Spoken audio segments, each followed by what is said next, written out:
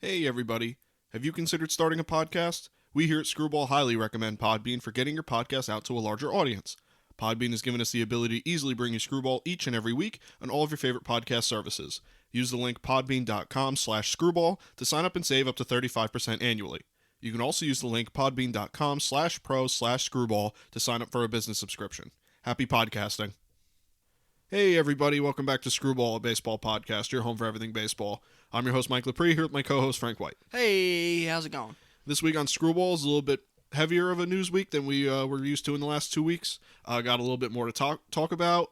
Got some big player news, and one player in particular. Got a big topic here we've kind of been itching to talk about, considering the most recent string of no-hitters.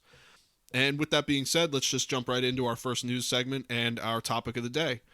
So number one piece of news. On Friday, May 7th, Wade Miley threw MLB's fourth no-hitter of the season, or five if you consider Madison Bumgarner, which came just 3 days after John Means' no-hitter just earlier in the week. John Means' no-no came against the Seattle Mariners, with the only blemish coming as a drop third strike, allowing the runner to reach first. Wade Miley, only surrendered one walk in his no-no against the Indians, leaving many MLB fans amazed at the rate at which no-hitters are being thrown this season. So it's, we're recording this on May 10th. By May 7th, we had four no-hitters, five if you consider Bumgarner's, if you go against the stat book, or the official stat book, I should say. You have John Means' no-hitter, who we both have talked pretty highly of, I think, on the show.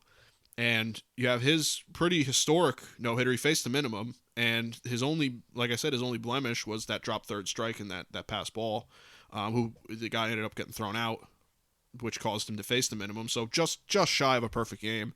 Wade Miley, one walk.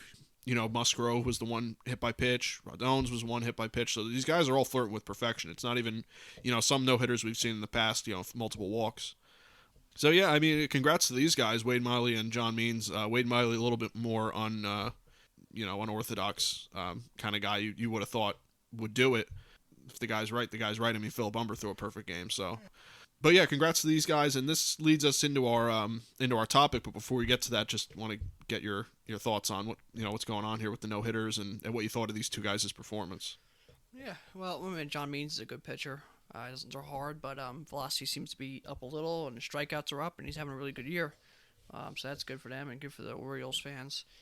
Wade Miley, journeyman, been having some good years in his career, but nothing more than more of a bottom tier rotation guy. But guy who works quick and he gets in a groove. It's how he's always been. He'll go 4 or 5 innings, and 4 or 5 innings, only a run or two, and you're like, how did that happen? Because he works so quick. So it's good for them and good for Miley to fight through his whole career, and John Means to fight back after a tough year, and with franchise trying to look to rebuild. So good for those guys. A lot of lefties throwing no hitters too. Yeah. Rodon, Miley, Means, Bumgarner. So we got a lot of lefties going. That goes into our topic we want to talk about, with offense being way down and the league average being down by a good amount of points after the first month. The question and our topic is: are the pitchers that much better than the hitters? Are the pitchers actually that much better? And this topic has really been talked about a long time ago, when the mound was lowered, when Bobby Gibson was a pitcher and had the under 1 ERA. Were the pitchers that much better then? Did they have to make a change? MLB already has these crazy ideas about making a change. But is that the answer? Are the pitchers actually better? Or is it pitchers have gotten better and the hitters technically are regressing because of the analytics and the home run rate and the swinging up for the ball and stuff like that? In my opinion, do I think the pitchers are better than they have been in the past? Yes. I think pitchers are better now than they've ever been. But also because you have to face 6 a day. That's true. And they're all throwing 100. They're throwing sidearm. They're throwing underarm. They're throwing, straight over the top. They're throwing 100. They're throwing 100 with movement. It's not just dead straight. It's not the same guy over and over again. So it's tough for hitters to really lock in. It's just, you're seeing so many too. People called up, sent down, called up, sent down. You're seeing these pitchers. Some of these guys haven't pitched in the plays in majors in 10 years, and they're getting called up. And they're different pitchers now. They're throwing lefty, they're righty. It's just so much going on. Yeah. So much, mix and match. So I think pitchers, and now it's harder to hit. I think that is true. But I really think that the analytics and the let's just swing for home runs is what's making the hitters worse. Sure. Because you can still bat 340. You can still bat 350. You can still bat 300. Your strikeouts are going to be up. No matter what. Just the pitchers are good. But there's no reason that it is. You swing an uppercut, uppercut. Let's only swing for home runs. Only swing for home runs. Don't cut down your swing with 2 strikes. Don't just make contact to move a runner over. I think that. What is the point of that? We're not going to get 6 hits off these guys. And that seems to be the concept with these teams. We're not going to get 6 hits off of a guy. Yeah. Or 3 hits, 4 hits in an inning. Our hope is a walk, hit by pitch, maybe 1 base hit and a home run. Now it's 2 runs, 3 runs. Instead of being like, let's rally 5, 6 hits in a row against them. They don't think they can do that. So I don't know. Pitchers are better, but are they that much better than the hitters? That we're having no hitters every week, and not just no hitters. We've had a lot of guys 7 innings. Jay Happ was 7 1/3 innings. What was it? The Brewers and then Brandon Woodruff or one of the Brewers guys had 5, 6, 7 innings, no hit. There's been a lot of close ones too. So do I think the pitchers are that much better than the hitters? No. Are they better than them? I think they're a little bit better than the hitters. But again, I think it's the analytics. So it's making it that way. So should the MLB look to move the mound back? No. Should they lower the mound? No. Should they change the ball and stuff like that? No. That's not the problem. The problem is the fact that you got these guys just swinging for home runs. So, and the shift. Maybe the shift could play a role into it. Maybe they could do a small adjustment with the shift. I could see them doing something like that, and I don't think I wouldn't mind that. No. But that's where they're at. So I don't know. What do you think? Are the pitchers that much better than the hitters? Do you think, or do you think there's some other reason that the pitchers are just dominating? Well, I think you hit on some good points. Well, first of all, I do think the pitchers are really good. I think we've seen some really good pitching, recently as opposed to years prior. It's hard to compare though. You go back 20 years, you have the steroid era. It's hard to compare it to that era because it's such a different style of baseball and just such a different quagmire of problems going on at that point. It's just a different game. But in more recent years, like you say, you go back to the last 10 years, I do think the pitchers are better. And I think the point you hit on the most, I think that makes a big difference is that you have guys coming out of the bullpen, and almost all of them throw 100 anymore. I feel like there's guys I've never even heard of that throw 100. And like you said, 100 with movement. You look at a guy like Dustin May who's hurt. I mean, he throws 96, 97, 2-seam that goes across the plate. Guys like that, granted, he's a little bit more of a high end. He was more highly regarded. But you have guys like look at the Rays bullpen. You have guys that came out of the bullpen throw 100, 98, 99. They threw Fairbanks. Yeah, I mean, guy, you never even heard of him. Curtis Martin for the Rays. Jose Alvarado. His ball moves 5 feet. And he throws 102 miles per hour. Yep. Yeah, and say you get a guy that's pitches 5 innings. Say you have a guy like I don't know, like just throw out, someone like not even Garrett Cole, but someone ace or 1-2 of the team. You have a really good guy on the bump. Say you chase him out after 5 or 6 innings just from pitch count. You work walks. Strikeouts obviously take up a lot of pitches in a pitch count. Then, you got to put in, the Indians have Karinchak, a guy that you didn't really hear about for the last few years. He's throwing 100. He's got a lot of movement on his ball. Emmanuel Clace for that Indians team throws 102, and the ball moves all over the place. Yeah. I mean, so you got 5 innings. You're like, all right, we chased the starter out, got him to 100 pitches. He's out of here. Who do we got next? And then you got a guy that's throwing 100. He's got a devastating sinker. You got guys that have sliders that move literally across the plate. I mean, look at the movement. You say what you want, the investigation on Bauer, but Bauer's got a lot of movement on his ball. These guys are focused. These pitchers are focused on their spin rate, just like the batters are focused on their launch angle. And I think that plays into it too. To go into that, I think that the analytics have hurt the average.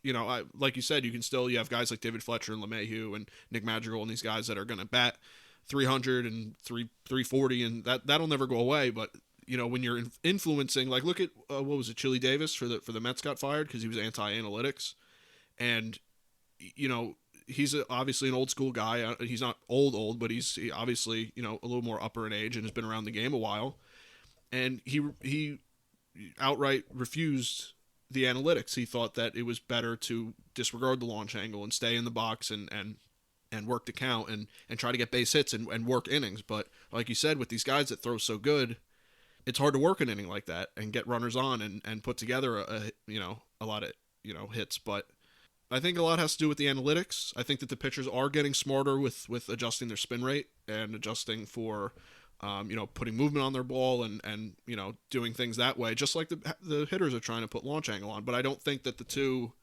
meet like they're both coming up upward trajectory to meet each other. I think that the pitchers are eclipsing a little bit. I think that's where we're at. Well, I think analytics go for pitchers too. Yeah. No one's talking about pitcher analytics. Right, very little. Guy I know you do talk about, and that's a guy happens to see. We listen to David Cohen because he does Yankee games. He loves pitcher analytics. He really goes into it. So if a hitter's gonna have analytics, pitcher's gonna have analytics too. Sure. So I think the hitters are getting better and getting more knowledge. The pitcher's getting even more knowledge. Mm-hmm. And the pitcher, not for nothing, the pitcher does a lot more thinking, has a lot more stats, can use the analytics a lot more than a hitter. Hitter's getting up 4 times. Pitcher's facing 30 batters, 40 batters. So he's going to do a lot more thinking. So, analytics are what's, changing the game. But the hitter analytics, it's changing it to the fact that, well, hopefully we just get a hit and home run. Again, I think get right down to the point is, are pitchers better than hitters? I think they are a little bit better. Mm-hmm. Then again, I think pitchers are almost always a little bit better than hitters, other than maybe the steroid era. Sure. That was one as a league total, I think the pitchers are always a touch better. It seems how it is. Are they way better this year than the hitters? I don't think so. I really don't think so. I think it's just the way that they're trying to hit is what's making them way better. Yep. You're striking out more. You don't care if you strike out. You don't care if a guy's on second base. We're going to try moving him over to sort of ground ball to the right field or to the right side. You're just going to try hitting a home run. Oh, it's 2 strikes. I'm still going to try hitting a home run. Yeah. That's what's changing the game. That's what's making these pitchers better. That, some teams don't have a base hit guy, and all of a sudden you're just striking out. Another thing was the Mets versus the Rockies weeks ago. There was a 7-inning game, I believe, 21 outs. They struck out 17 times. It's pretty ridiculous. And then, the MLB says, oh, well, maybe they deadened the ball. That's not the problem. Mm-hmm. They wanted to deaden the ball to make more action. But that didn't work. No. If you deaden the ball, let's say it took off 1 foot for every 300, which I don't know the stats. I don't even know if they really deadened the ball. I haven't really seen no difference. Well, if you did deaden the ball, they're still going to swing for a home run. Now you're coming up short. That's not going to change the analytic. So the guy's still going to try hitting a home run. He's not going to go, oh, well, now he's trying to smacking some base hits now. That's not going to change that. I don't think baseball should dive straight in and just give hitters a bunch of breaks. No. Oh, let's move the mound back. So the pitcher has to throw an extra foot so he can hurt his arm. Let's lower the mound so the pitcher has to use more torque to hurt his arm. Let's make it so there's no shifts at all so we can get hitters more credit so the pitchers can just keep getting beat up. No, that shouldn't be the case. Pitchers been getting beat up all the time. They never moved the plate. They never moved the box. No. They never did anything like that to hurt the hitter. No. They always did stuff to hurt the pitcher. So it's time for them just to realize analytics and do something with that. Where it's like, we can't just go to home runs. I don't know. There's got to be something they could do. Yeah, because the home runs are an epidemic in a lot of teams, and you see it affecting a lot of teams. The strikeouts. It's just the strikeouts. Put the ball in play. Yeah. You can never go wrong putting the ball in play. If you strike out, you got nothing to help you. Yeah. Especially with nowadays with people playing positions they don't play. Because you're like, well, no one hits the ball. I can put Nelson Cruz at shortstop. Yeah. I only got 3 guys hitting the ball today. I got a good shot. He ain't getting it. Yeah. Right. Yeah. So you can get away with guys not playing the right position. So if you got guys who don't play that position, you hit a ground ball. All of a sudden now there's more action. The guy throws the ball away. You can score runs. A case in point, again, I always go back to this because, we watch them all the time. The Yankees won the other day, walk-off, Torres. Little dribbler. Yeah. Contact. Just put it in play. Contact. You got guys who don't play positions. A pitcher has to field. The ball's in play. Runners are running. Just action. Things happen. You could say, oh, well, no one makes errors that much. Okay. A team field percentage for the year might be 9.98, 9.93, 9.95. Strikeout, you're out. Yeah. How many dropped third strikes? John means, of course. But how many dropped third strikes do you get on base? Very rare. How many errors do you have? Have a lot more. How many times they're not considered errors, but they could have been. So just putting the ball in play. That's what baseball needs to get back to, which will obviously then hurt the pitchers a little bit. But the pitchers right now are better, but I think it's the analytics that are making the pitchers look this much better. Yeah, I agree. And like you said, the pitchers have analytics too. Like I said, the spin rate, a lot of pitchers are focused on that anymore. And like you said, they're thinking the whole time they're out there. So you get smarter guys around the league and guys that put more movement on their ball and stuff like that. And you said it on your first point with the shifts. And the shifts obviously make a difference. It should be on the hitters then to see the shift and go, okay, well, now let me try and go the other way. Or you could do what they're doing now with the analytics and say, well, I'll just hit it over everyone. It's like, that's okay too, but everyone to do that, that's why you're batting 200 with 10 home runs. And I thought a great guy to look at for the analytics of baseball nowadays. I always thought, go look at Chris Taylor. There was a guy who played with Seattle, utility guy, slap base hits, did stuff like that. Went to the Dodgers. He has probably one of the biggest uppercuts I've ever seen out of a batter.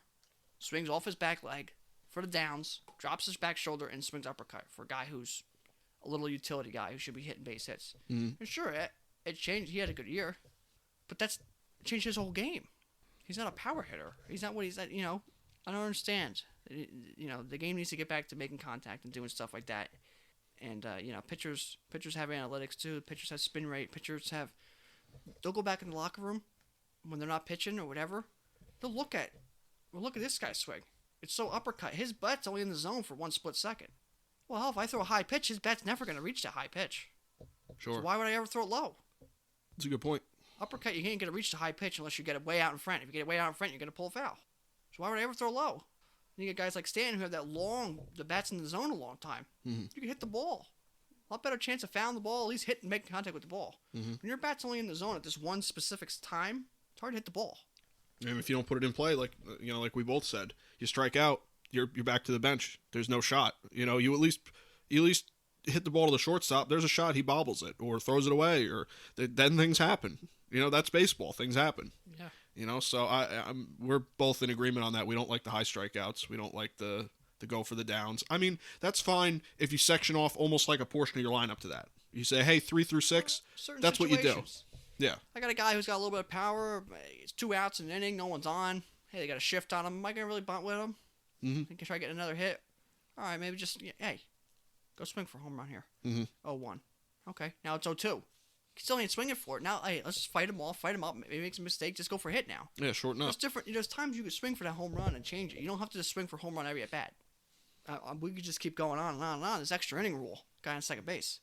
How many times you see someone bunt over? That strategy still hasn't worked. LB wanted more strategy. It still really hasn't worked. I know. Still don't see many teams still trying to bunt that guy over. You think it'd be a no-brainer. Especially if you're going for the walk-off. That's the winning run. I'm a home team. I bunt them over to third. I got 2 chances. I make contact with a ball, a wild pitch, something I score, I win the game. Yeah. You still don't see it because they're still rather, I'll hit a home run. Well, your fucking run don't count.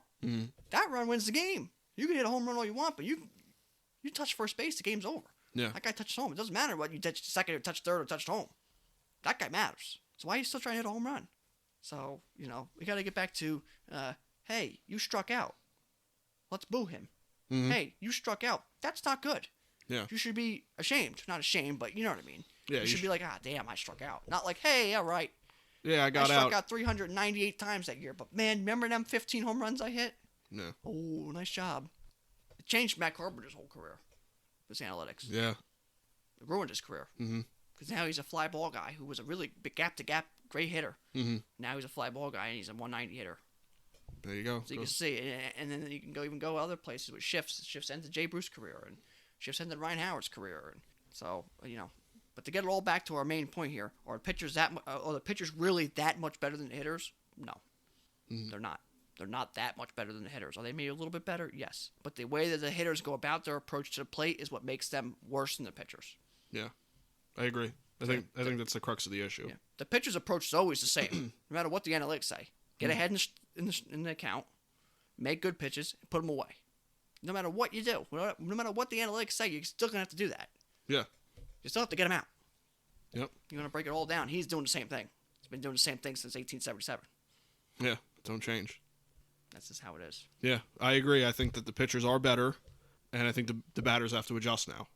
Maybe the analytics aren't working. It's time to sit down and say that. Maybe full analytics isn't working. Maybe we go 50-50. Maybe we do some adjustments here. Well, the game will adjust. Yeah, this guy could be analytical. You can go back to just breaking it down that way. You're a leadoff hitter. Get on base. You're the 2 hitter. The lineups are different now. Maybe your 2 hitter's a power hitter. That's fine. You're a power hitter. You're a power hitter. You're a power hitter. What are you? I'm a base hit guy. I'm gonna get on base. I'm gonna do this. I'm gonna work the count. I'm gonna whatever. I'm gonna be a guy who moves guys over. Or, I'm not gonna hit that great, but hell, I'm gonna play great defense. It's okay to just be like that's your role. You don't have to everybody. Well, you gotta hit 30 home runs. You gotta hit 30 home runs. You usually hit 40 home runs. You gotta hit 50 home runs. You still gotta bat 300 while you're hitting 50 home runs. And we're still gonna want you to swing for the fences, but you can't strike out. Well, that's not gonna work. Otherwise, you're gonna have 9 guys in the lineup on MVP. Yeah. That'd be pretty impressive. Yeah. So, you just got to know your role and go about that. It's okay to break a team down like that. You're the leadoff guy. You're this, you're that, you're this. Yeah. Play to the back of your baseball card and just play your role. That's it. Teams who do that, Rays and A's are examples of teams who are like, hey, just do this. Hey, you're going to do this. You're going to do that. And they succeed. You see the difference, But yeah, overall, I do think the pitchers are a little ahead, but nothing that I don't think the batters can adjust to, if that makes sense. So we'll see what happens, this year and many years coming. Yeah, hopefully. Yeah. But to move on to our second piece of news off of our topic, Albert Pujols DFA'd. Unfortunately for many baseball fans, including us, big Albert Pujols fans, his time with the Angels has presumably here come to an end, and his career now hangs in the balance. Last Thursday, May 6th, it was reported that Albert Pujols was released DFA'd by the LA Angels, with a release, I'm sure to follow. Future Hall of Famer has struggled a bit this year, and with the Angels having trouble finding a spot for him to play, both sides made the hard decision, and what happens from here is anybody's guess. That all coming from CBS Sports. So, kind of shocked to me that he was DFA'd. If we had to guess, I said it to you before we started recording, that there was like it wasn't just the Angels getting rid of him. I'm sure Pujols definitely had something to say there. Definitely did. So it sucks because I would have liked to see Pujols and Trout in the playoffs and get something done. I understand the lack of a spot. Jared Walsh is hitting so good, and you have Ohtani. I get it. But, you got to give this guy his due. And granted, I know he's struggling. It is what it is. He's 41 years old. But it sucks. Regardless, it sucks. So we're hoping to see him go to a team in the AL and DH or first base, platoon somewhere in those two positions in the lineup. And, we'll see what happens. But we wish him the best, and we'd like to see him. I would like to see him get to the RBI record and hit some more home runs, and because he's right there. You look at his all-time MLB stats; he's right there on a lot of lists. And he's gonna be very determined. La Russa said Pujols is definitely gonna be, because he got released. He's gonna come back, wants to play, and he's gonna show people like, hey, I can still play a little bit here. So some teams you could look at: Oakland, of course, the Rays, of course, maybe Boston at Fenway. I mean, he just smash balls over that monster all day long. He'd fit right in. And then some younger teams. Maybe the Orioles take a flyer on him. Let them teach some young guys. The Royals, Detroit, some teams like that. Let them teach some of these younger guys. Maybe the Mariners. Let them teach some of these younger guys. It wouldn't be a bad idea. No. Of course, you can, I don't think he really had much of a fit, but if he went to Houston, him hitting the balls on the train tracks always went together. Unless you're, Brad Lidge. Yeah. But Pujols is one of the greatest pure hitters of all time. I think he's a top 10 hitter of all time. And I have him the greatest first baseman of all time. That's what I had him. And that's, his first 10 years is the greatest 10 years anyone's ever played baseball. Hands down. No one's even close to him. And just what's funny about this is a stat that you can go with this, which brings us kind of back to our topic of are the pitchers better. And Ryan Spader, he tweeted about this, and people always try arguing with him, and he always has the same answer with him, which is fantastic. Pujols has a hit off of, I believe it was 10.21%. Of all the people who ever thrown at least one pitch in Major League Baseball history, 10.21%. It's amazing. A hit off of. It's insane. That's how much pitchers have been coming in, and he started his career early 2000s. When you got guys like Pete Rose, who I think only had a hit off of, who has 1,000 more hits, I think only had a hit off of like 6%. And he played a long time. Because he played the same pitchers. Now you see pitchers so many times. So many times you see so many pitchers. It's just hard to hit. Back then you seen the same guy all the time. Not saying it was easier, but you just seen the same guy all the time. Yeah. So, but that's a stat that kind of goes with that. But Pujols' great career, one of the greatest hitters that ever played a game, and probably the best hitter we've seen, pure hitter we've seen. Maybe since Mantle. Yeah, I mean our generation. He's, Yeah, he's the best. Yeah, I say he might be the best pure hitter you've seen since maybe Mantle. If you want to count A-Rod, pre-steroids and stuff like that, because he's a pure hitter. Yeah, and I mean the other guy you could even cite that could take up the mantle is Trout. I mean he's already been in the league, obviously. It's very, very well known. But that's the other guy I can only think of. Yeah, that could be possibly on his level or near his level. And his average was 30 points higher. Dude, see his 10 years. Yeah. 40 points higher. Which is amazing. Yeah. So he'll play though. He's not going to go out like that.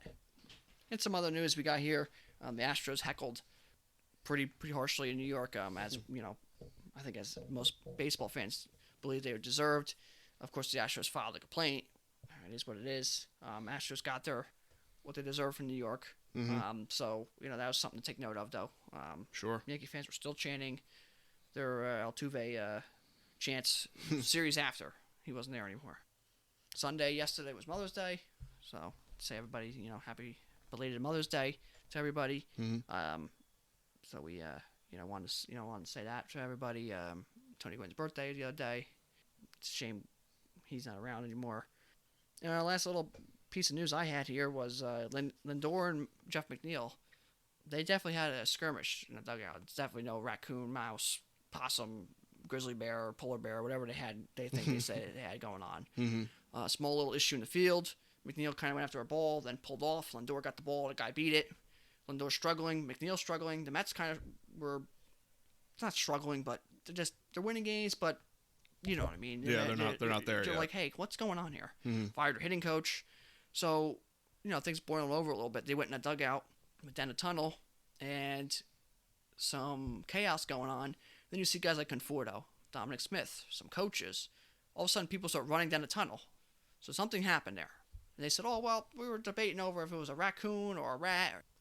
If you're sitting there yelling, I got the rat, that's a raccoon. I don't think you can get 5, 6, 7 guys to run from the dugout in between inning to go see if it was a rat or a raccoon.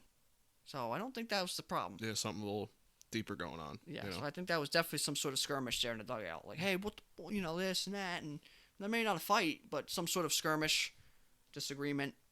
So I think that's definitely what happened. Yeah, two guys that are frustrated at the plate, how they're playing.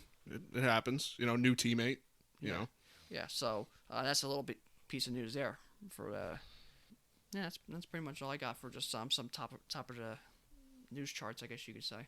Yeah, we covered the big stuff, I think. You'll get into injuries later. There's some injury news. But to get into, to kind of go into how the teams are playing lately, my last piece of news before, the recap of the team's records, the Dodgers are sliding. The LA Dodgers are in the middle of a lengthy cold streak, which has them going back to April 22nd at 4-13. So, 4 wins in their last 17 games. While the Dodgers got out to their usual dominant start, they have severely fallen from grace in the last 2 weeks.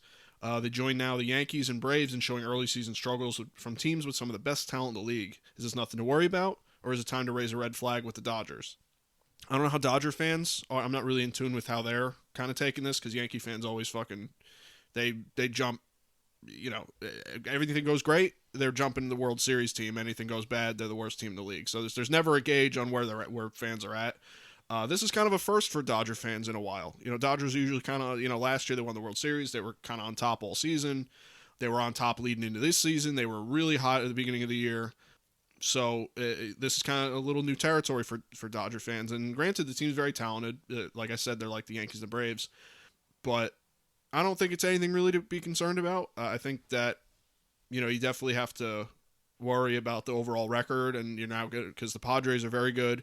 The Giants are very good right now. I don't think that'll last. But, you do have to kind of worry about where you're going to be at the end of the season now. With the Padres are very talented. You're making it hard on yourself. And it goes back to what I wanted to talk about briefly here, is that you have a team like this, the Yankees and the Braves, all really struggling. I mean, the Dodgers are now a game above 500. I believe the Braves are at 500, and the Yankees are 2 games above 500. These teams are all, the offenses are not clicking like they usually do. Pitching, well, I know for the Yankees has been good. Braves pitching has been struggling. Dodgers pitching, they lost Dustin May, but overall, I'd say they haven't gotten the pitching output that they would have liked. So there's a little bit to worry about with some of these teams. I'm not throwing up the red flag. It's only May, but it's definitely something to raise your eyebrow at and look at for sure, I think. Yeah. So I don't know how your take on them is. Yeah, it's definitely, something to keep an eye on, but, nothing to, start crying about. Especially if you're a loyal Dodgers fan, the bandwagon ones, I'm sure they're going somewhere else, but the loyal fans to these fan bases will, stay true. But nothing to worry about. Teams are going to get healthy. Dodgers are hurt. Braves were hurt. Yankees is not really hurt, but, they're, again, that's another why they're kind of playing better. So Braves have been hurt. Dodgers have been hurt. They're kind of struggling. Yankees have been healthy, but at least now you can start seeing a little light at the end of the tunnel kind of thing for them. Yeah. Which brings me into the hot teams, and my first hot team, the Yankees. 7-3 over the last 10. There you go. Yeah. White Sox playing good. Indians playing good. The Mets won a couple games in a row. They're playing good. And then you got the Cardinals, who some people thought they were going to win 70 games this year, and they're 8-2 over the last 10, and they're in first place. Yep. So those people, got to look at your analytics some more and figure out why they're in first place. Cold teams I got. The Royals went ice cold. Nope. Kind of what you expect. Maybe you'll see out of the Giants maybe soon, or some of these other teams who've been playing really good. You'll see them go up. Okay, now this makes a little bit more sense. Tigers, they got a hell of a shot at being one of the worst teams you ever see play baseball, record-wise. I know. The Angels struggling to a 500 mark at this point. Pirates, lost a bunch here in a row. And Dodgers, what'd you say? They're 6-17.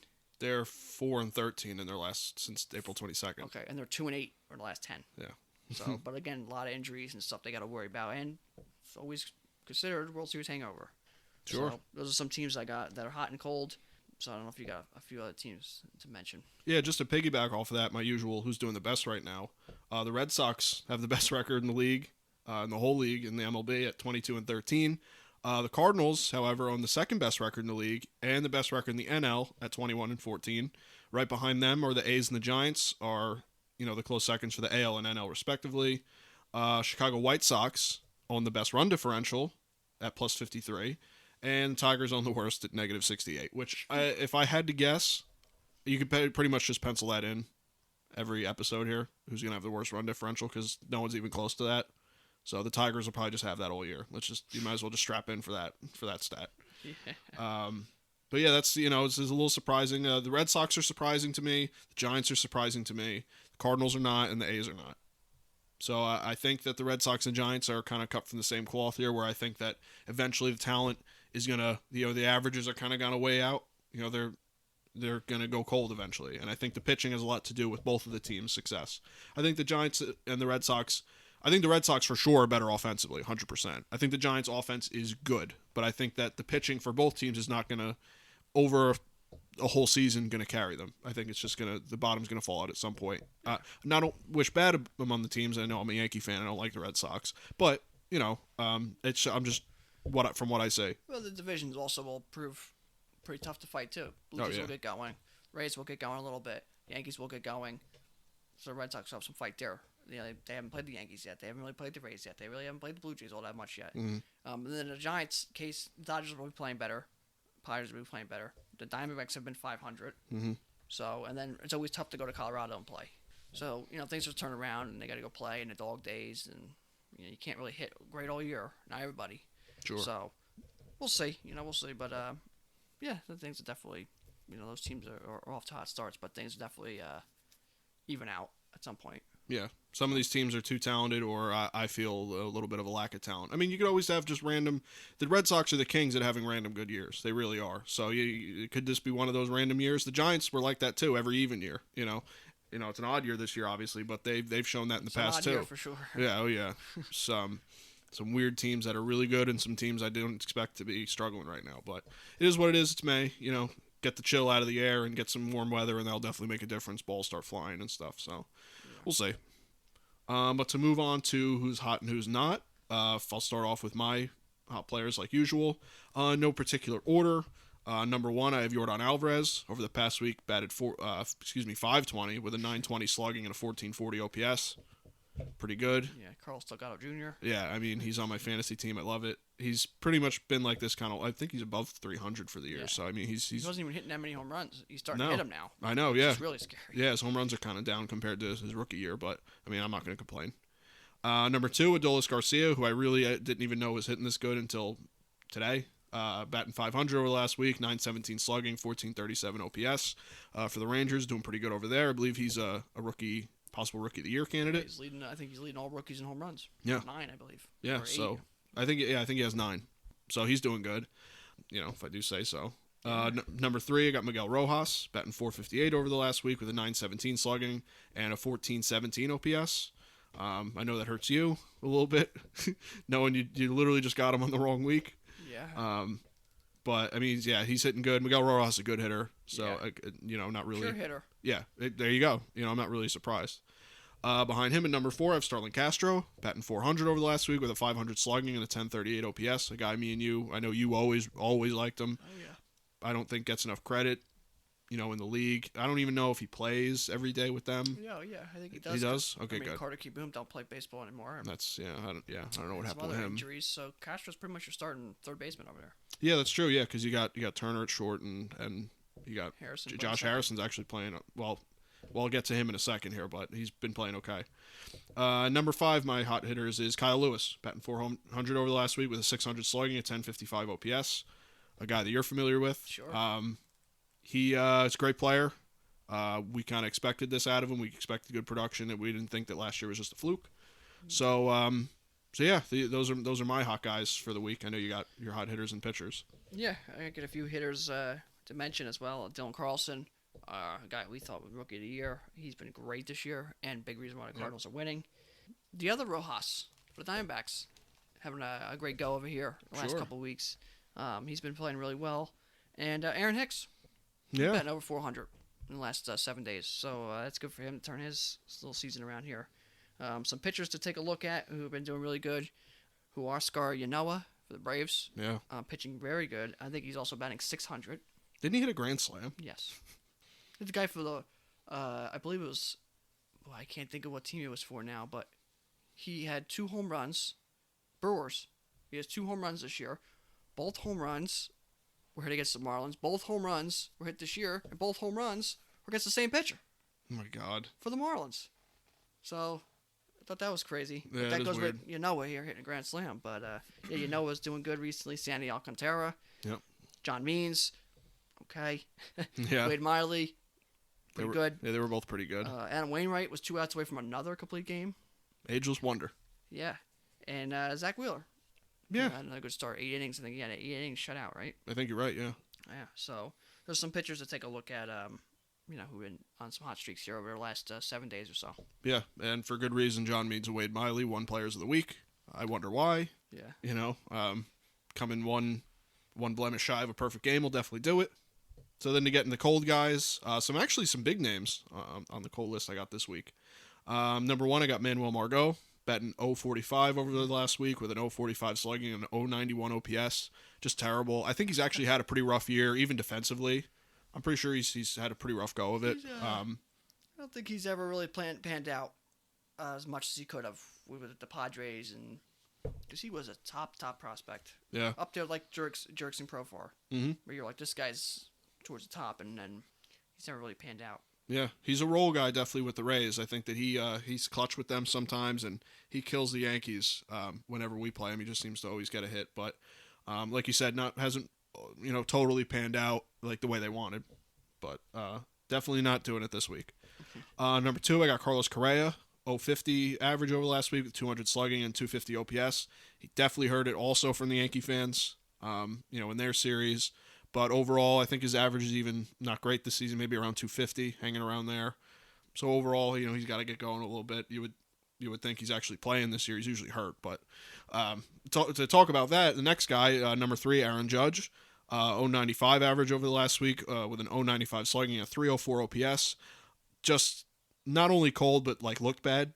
Had 7 strikeouts in a row. Yeah. Which, I mean, analytics say that's fine. I don't think that's fine. It's hard to watch. Oh, yeah, Yankees pay him $500 million next year. So he definitely had quite a rough week. After he actually was starting to heat up a little bit, and then it just dropped off the table out of nowhere. So we'll see what happens with him if he can stay healthy. Kind of goes the same with Correa, honestly. And then number 4, Matt Olson cooled off quite a bit. He's batting 100 over last week with a 150 slugging, 400 OPS. He's definitely been one of the better hitters, obviously, in that lineup in the league. I'd say over the season he's been very good.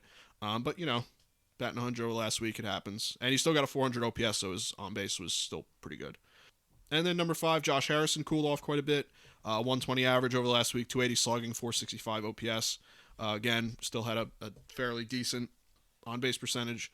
But, at this point, I don't know what you even expect out of Josh Harrison. He came out kind of hot, but if you look at his last few season stats, I mean, they're actually, really, really bad. Yeah, well, he's a better player than that. Oh, yeah, he's definitely, he was, for a while there, one of the better, or considered probably the best utility guy in the league. So if he can get back to even half that, I think the Nationals will be happy. So, yeah. But definitely didn't do it this week. No. Some guys I got to mention here. Hitters-wise, Christian Pache, Mm-hmm. he's batting 0 Oh, yeah. over the 20 at-bats in the last 7 days. Not great. And David Peralta, struggling a little bit for the Diamondbacks there. Mm-hmm. Otherwise, the other guys you pretty much named here for us. Some cold pitchers to take a look at. Herman Marquez getting beat up. Dylan Bundy, his last start or two. Luis Castillo's been bad all year other than one start. Yeah. But he says he's feeling like he's turning the page. Mm. Johnny Cueto came off the DL or the IL, and he's been hurt. He just came back from being hurt, and he got beat up yesterday. Sure. And Mike Fiers, who just got beat up and then also was placed on the IL, which, oddly enough, going to go into some injuries here. Mm-hmm. So, to start off, we got Urshela day-to-day with a bone bruise or a knee bruise. Mm-hmm. Buxton on the IL. Curley off for the Twins as well on the IL. Mm-hmm. Luis Robert or Robert, shame he's going to be gone for 4 to 5 months. Roberto Perez for the Indians got thumb surgery. He's out for a while. Votto broke his thumb. He's out 3 to 4 weeks at least. Yep. Mike Fiers went in the IL. DeGrom, we found out today, went on the IL after being scratched from a start and removed from a start yesterday. Jordan Hicks on the IL. Keanu Kella for the Padres on the IL. Mm-hmm. And then some, on the better news of some of his injury stuff, we have Luke Voigt on the verge of making his return this week. Yes. Chris Sale pitched off the mound for the first time. So that's good. Adalberto Mondesi is making strides to coming back. Chad Pinder close to returning. Soto actually was activated and actually played against the Yankees. That's the first time he's actually started and played in the field a little bit, so he's back fully. Strasburg getting close. And we had a real big scare with Acuna getting hit in the hand. And x-rays went on his hand. They were negative, and he actually got hit on Saturday night towards the end of the game and actually played on Sunday. So that was a bit of injury scare, but he's back and he's playing. So we had a little bit of actual good news on the injury front, too. Yeah, Acuna seems to be a magnet for injuries, but he plays through them, and he's a tough guy, and he gets through it, and he gets back on that field. So I got to give him credit because he plays hard, and I mean, you can't control hit by pitches. Obviously, he seems to be a magnet for that anymore. Yeah. But tough guy and definitely exciting player that I'm starting to really dig watching. He's becoming a quick favorite of mine. Yeah. Yeah, so those are some bigger names, injuries, and some bigger impacts on teams. But yeah, for sure. The good news is on the back half of that injury, so many updates on those guys. So yeah, that's sure. The good part. Mm-hmm. But the last thing I got here is our trivia question, and it goes along with some of the things we talked about today. And that is trivia question is, of the 9 players who are in the 600 home run club, 3 of them have a lifetime average of 300 or better. Which 3 players are there? Are they? I should say. It's a good question. So 9 of them, 600 home run plus guys. 3 of them have a lifetime average of 300 or better. Who are they? And Mike got 2. Well, I got 1 right off the bat. Yeah. The second one, he was right there with. And the last one, he couldn't quite figure it out. Couldn't think of the last guy that hit 600 home runs. That's a big part. Yeah. Just finding out the 9. You think it's easy, then you're like, oh, did I get this guy? Did I get this guy? I got that guy. That guy did it? Oh, that's right. Kind of thing. So the answer is Babe Ruth with a 342. Naturally. Career lifetime average. So that's pretty cool. Hank Aaron, he had 305. And Willie Mays, I believe he was 302 lifetime average. So those are 3 guys. Meanwhile, as we talked about. You have a bunch of guys right there. Yeah. Pujols, this is why it's all related to. Mm-hmm. Pujols 298. Mm-hmm. Actively current right now, if it could go either way. Bonds 298. Yeah. Can't count his, though. A-Rod 295. Kind of hard to count his. Then you have Griffey was 284. And then Sosa was like 276. And then Jim Thome 274. So yeah, that's our trivia question. A fact that goes along with this, though, it's not the official trivia question, but another little question that goes along with this I thought was pretty cool. Out of the 9 players who hit 600 home runs, 1 of them never won an MVP. So I asked Mike this before, so who was the one that never won MVP? And he got there after a guess or 2, and that's Jim Thome. Yeah. He's never won MVP. The other 8 players in the 600 home run club combined for 19 MVPs. Bonds helps that list. Yeah, Bonds helps that list, yeah. And Ruth and Aaron would have had more if it wasn't for the rules back then. Yeah. But yeah, Jim Thome's the only one not have an MVP in the 600 home run club. It's surprising, but it's not because, you think of Tome's peak years, you're like, man, he had to have killed the ball in the early 2000s, late 90s. Well, he but just played with those guys. He played against Bonds. He played against, Pujols. Mm-hmm. He played against A-Rod. He played against Sosa, McGuire. Mm-hmm. I mean, there's Jeter. I mean, even you never won an MVP, but still, the concept of those big name guys who would take votes away and take recognition away. Manny Ramirez, David Ortiz in the AL. Sure. Albert Bell played with. I mean, there's so many guys he played with. Played in a tough era to stand out like that, and he was a quiet guy. He quietly went about his business. Yeah, I felt like. Oh yeah. So. Yeah. That's our trivia question and a little extra bonus fact there at the end. But yeah, wanted to kind of relate it to Pujols because he was all over the news here last week or so. Yeah, it's a good question because there's guys who sneak up on you, like with the MVP question. I was thinking, did Sosa win an MVP? Like, did he sneak one in there, in those years?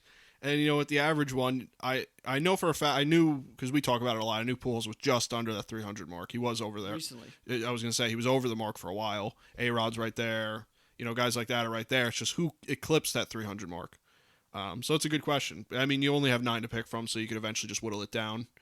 If you know your stuff, you know all 9 guys. But Babe Ruth, of course. But yeah, well, surprise him. He's on every list. Oh yeah, he's a maniac.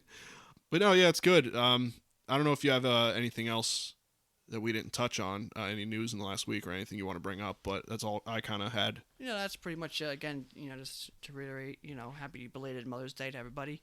And otherwise, no, that's pretty much it. Hopefully we see Pujols get signed and continue his career. And hopefully, at the very least, if the hitters are going to be stupid and not turn their ways, we'll keep seeing some mystery. Yeah. That's the word, that's...